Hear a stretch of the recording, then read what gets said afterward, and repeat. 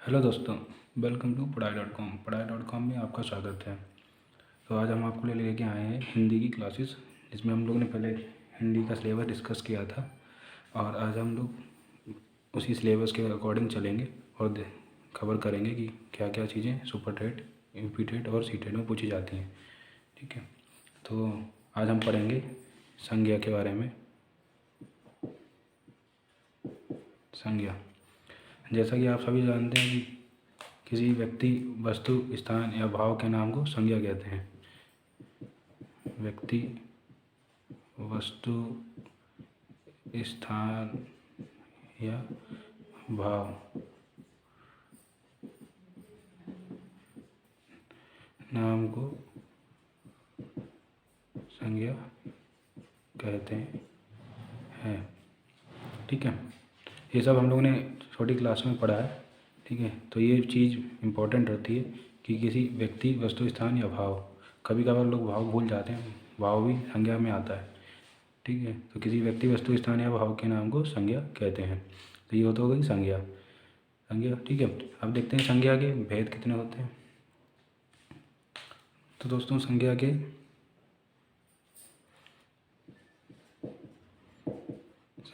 भेद।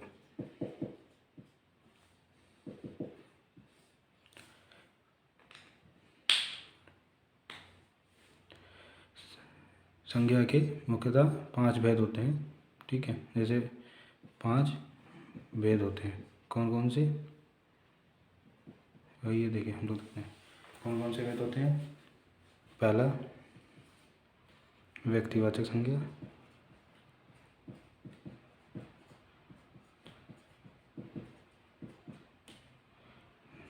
दूसरा, जातिवाचक संज्ञा।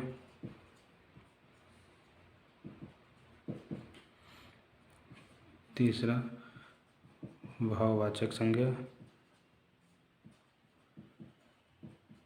ठीक है, चौथा, समूहवाचक संज्ञा। पांचवा, द्रव्यवाचक संज्ञा।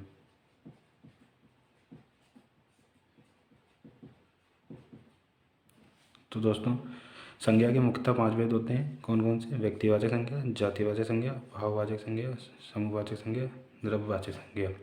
ठीक है, तो ये 5 भेद ज़्यादातर पूछी जाती है। यही 5 संज्ञा के भेद होते हैं।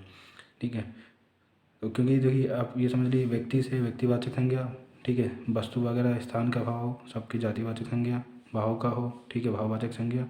तो ये सब इसी के ऊपर डिपेंड है कि संज्ञा की परिभाषा भी इसी के ऊपर डिपेंड है और संज्ञा के ये भेद भी, इसीलिए इस संज्ञा के भेद भी हैं।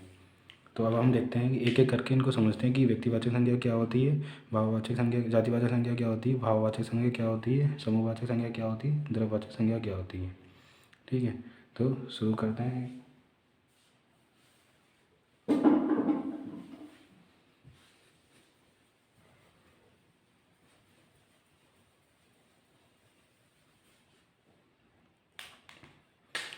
तो पहला है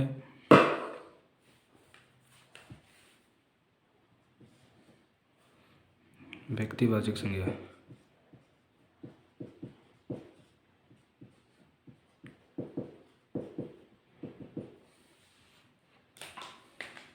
व्यक्तिवाचक संज्ञा में क्या होता है?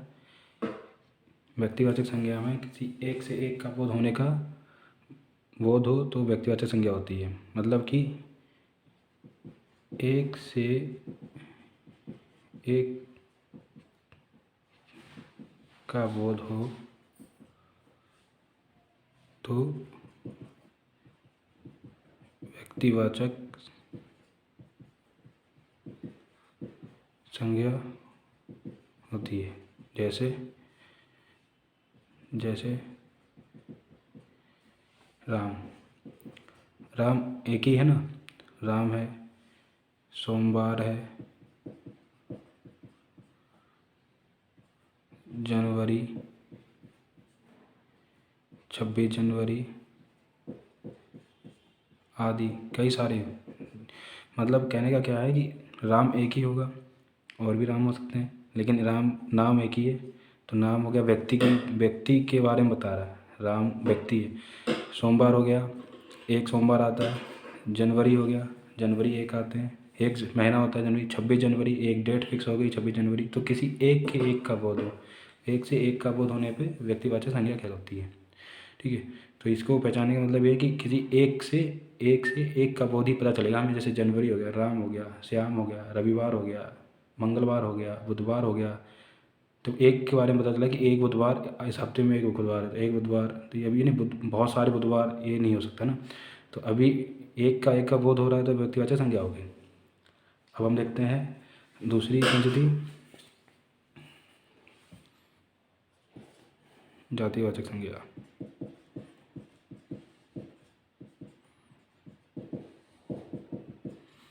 जातिवाचक संज्ञा में क्या था, किसी जाति से ही पता चल रहा है, किसी जाति का बोध हो। मतलब क्या, जाति क्या है, एक से सबका बोध होने पे वो जाति कहलाती है। तो एक से सबका बोध हो,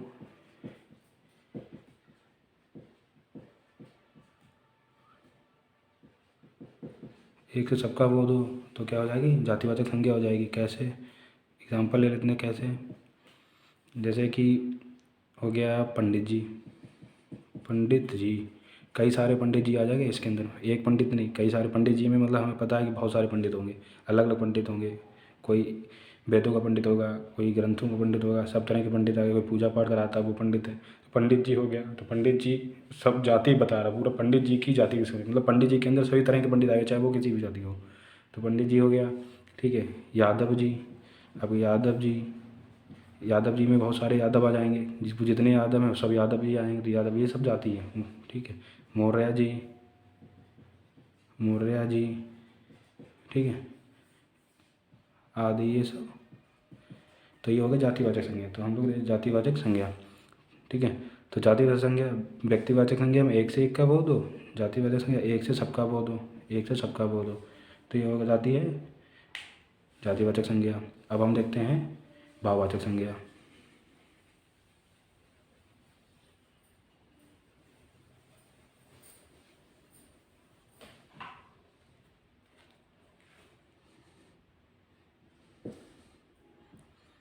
भाववाचक संज्ञा,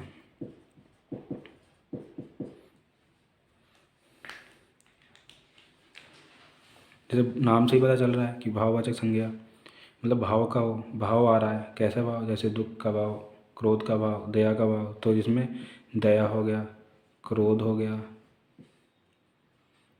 उत्सव हो गया,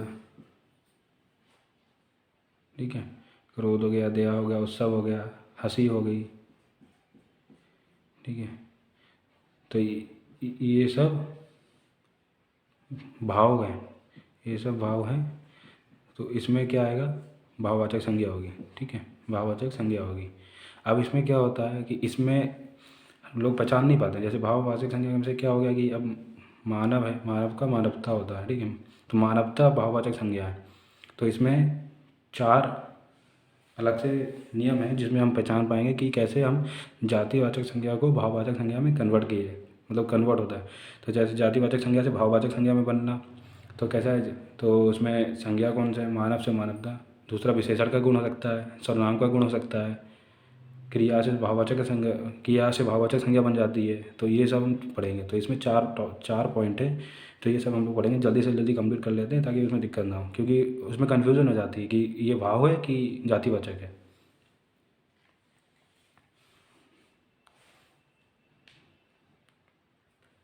तो जातिवाचक संज्ञा से भाववाचक संज्ञा,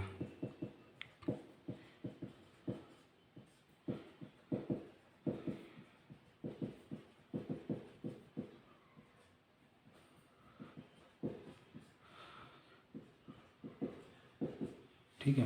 तो जातिवाचक से भाववाचक संज्ञा, जैसे हो गया कि मानव हो गया, मानव जातिवाचक संज्ञा है, ठीक है। मानव जातिवाचक संज्ञा हो गया। स्त्री हो गया, जातिवाचक संज्ञा हो गया। लड़का हो गया, जातिवाचक संज्ञा हो गया। तो अब इनको हम कैसे पहचानें कि ये भाववाचक संज्ञा है।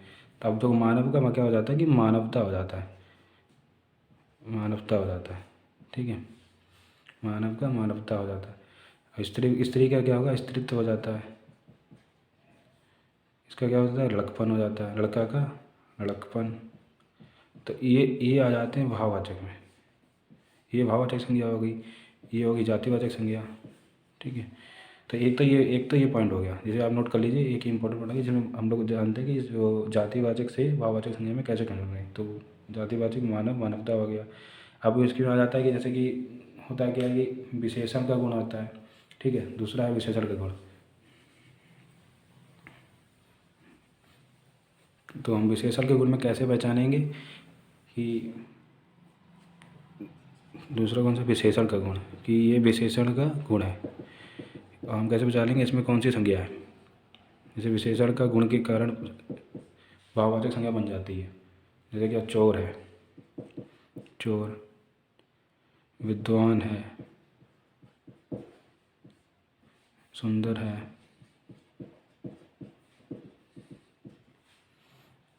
क्या चोर क्या है, चोरी करेगा। तो चोरी उसका भाव होगा। ठीक है, उसका भाव हो गया चोरी करना। ठीक है, स्वभाव है, तो वो चोरी, तो वही भाववाचक में, चोरी आ जाएगा भाववाचक में। अब जो विद्वान का क्या है, विद्वता है। ठीक है, तो ये इसका भाव है। सुंदर का सुंदरता है। ठीक है, तो ये कर सकते हैं कि इसमें जिसमें प्रत्यय लग जाए तो वो क्या बन जाते हैं, भाववाचक संज्ञा बन जाती है। ये एक तरह की ट्रिक है, समझ लिए आप, कि जिसमें प्रत्यय लग जाए उसमें भाववाचक संज्ञा बन जाती है। ठीक है, अब ये हो गया क्या, ये हो गया जातिवाचक संज्ञा। ठीक है, ये हो गया जातिवाचक संज्ञा, ये हो गया भाववाचक संज्ञा। अब एक होता है क्या कि सर्वनाम से गुण पता चलता है कि सर्वनाम से कैसे भाववाचक संज्ञा बन जाती है। तो वो होता है सर्वनाम से, सर्वनाम का गुण।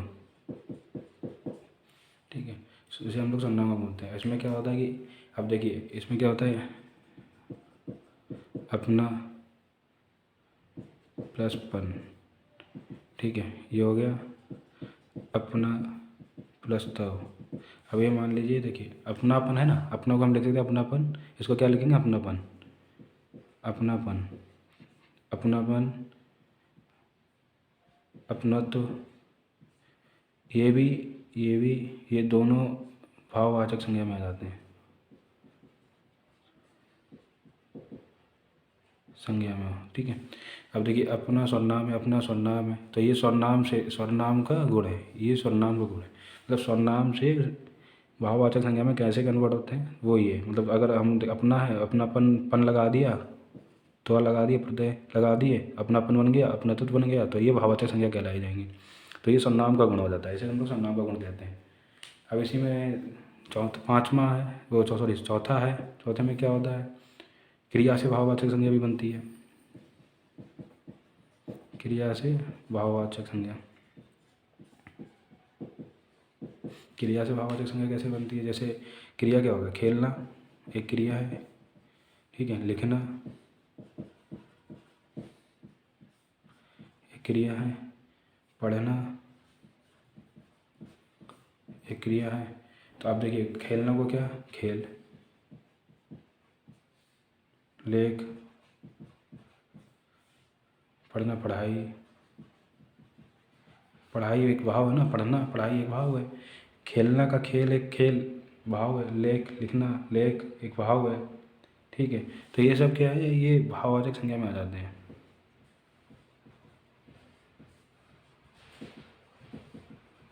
ठीक है, और ये क्या हो गई, ये क्रिया हो गई। तो ये क्या होगा, क्रिया से भाववाचक संज्ञा कैसे बनती है वो ऐसा होगा। तो हम लोगों ने देख लिया क्या, पहले हमने कहा कि मानव से मानवता बनता है, स्त्री से स्त्रीत्व बनता है, लड़का से लड़कापन बनता है। फिर हमने देखा क्या, विशेषण के गुण देखे, जैसे चोर का चोरी हो गया, विद्वान का विद्वानी हो गया, विद्वता हो गया, सॉरी सुंदर का सुंदरता हो गया। सर्वनाम का गुण देखा, सर्वनाम का गुण में अपनापन, तब प्रत्यय लगा, तब लगा, अपनापन बन गया, भाववाचक संज्ञा हो गई, अपनत्व बन गया, भाववाचक संज्ञा हो गई। क्रिया से भाववाचक संज्ञा बनती है, खेलना खेल लेख पढ़ाई ये सब क्या है, तो क्रिया से भी भाववाचक संज्ञा बनती है। तो ठीक है, तो ये हो गई भाववाचक संज्ञा कैसे पहचाने हम लोग। अब हम देखते हैं समूहवाचक संज्ञा।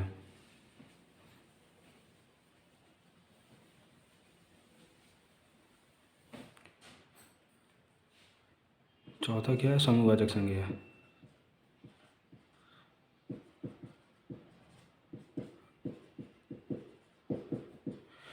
समूहवाचक संज्ञा जैसे आपको पता चला क्या है, किसी समूह का बोध हो रहा है,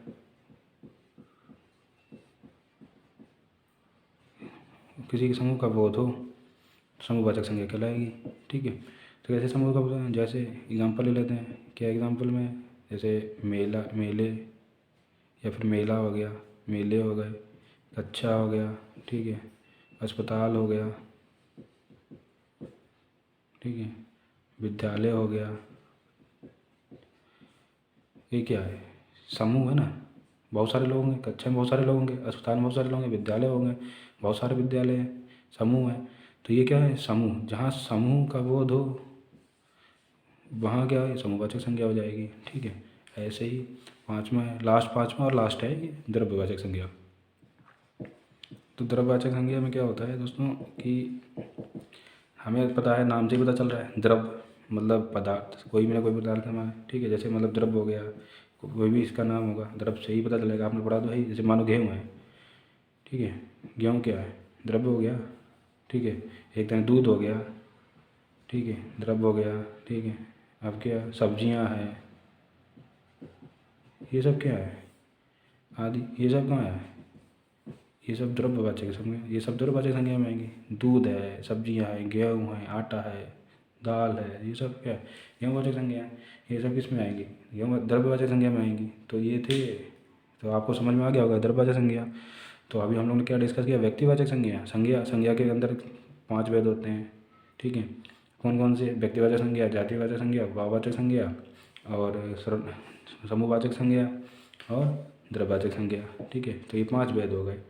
अब अगर भेद, आपको भेद याद नहीं है, कैसे याद रखने हैं, तो संज्ञा के भेद लिख सकते हैं। जैसे हम लोग लिख सकते हैं संज्ञा के भेद, संज्ञा के भेद। आपको याद करने में दिक्कत हो रही है, 5 भेद कैसे याद रखेंगे, 5, 1 2, ये 3 हो गया, ये 4 हो गया, ये 5। तो इससे पता चल जाएगा कि संज्ञा कितने, 5 भेद होंगे। संज्ञा के भेद से ही संज्ञा के 5 भेद होते थे। तो इससे आपको याद करने में कोई दिक्कत नहीं होगी, आप जल्दी याद रखेंगे और हमेशा याद रखा रहेगा। तो कितने भेद होते हैं, 5 भेद होते हैं। आ जाएगा संज्ञा के भेद, 1 2 3 4 5, इस तरह से आप याद कर सकते हैं। और वैसे भी आप रिवीजन करके इसे याद कर सकते हैं, छोटे से पढ़ते ही आ रहे हैं संज्ञा के क्या होती है, संज्ञा कितने भेद होते हैं। ठीक है, तो आशा करता हूँ मैं कि आपको संज्ञा समझ में आई होगी। और आप नेक्स्ट वीडियो हम लेके आएंगे उसके आगे कि यूपीटेड में दूसरा टॉपिक क्या पूछा जाता है, यूपीटेड और सीटेड और सुपर टेड में, जो हम लोग कवर करेंगे। तो वो जल्दी ही आपके पास एक दूसरी वीडियो आएगी। तो ये वीडियो आपको कैसी लगी, कमेंट करके ज़रूर बताइए। चैनल को लाइक और सब्सक्राइब करना ना भूलिए। धन्यवाद।